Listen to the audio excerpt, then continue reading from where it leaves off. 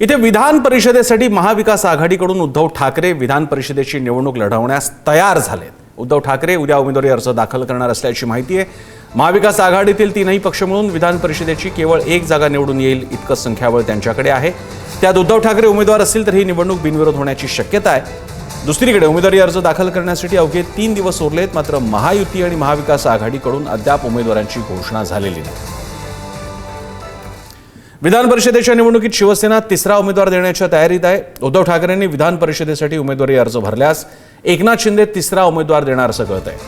उद्धव ठाकरे आणि देवेंद्र फडणवीस यांच्या कथित भेटीच्या चर्चेमुळे एकनाथ शिंदे दुखावल्याची सूत्रांची माहिती आहे आणि यामुळे उद्धव ठाकरे निवडणूक लढवत असतील तर भाजपने बिनविरोध निवडणूक होऊ देण्याची ग्वाही दिली असताना शिंदेंची शिवसेना मात्र उमेदवार देणार असं दिसतंय।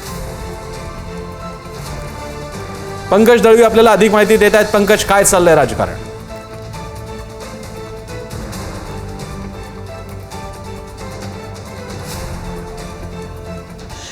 उद्धव ठाकरे यांनी जी कथित भेटीची चर्चा आहे, देवेंद्र फडणवीस यांची भेट घेतली, त्याच्यामुळे एकनाथ शिंदे कुठेतरी दुखावलेले आहेत।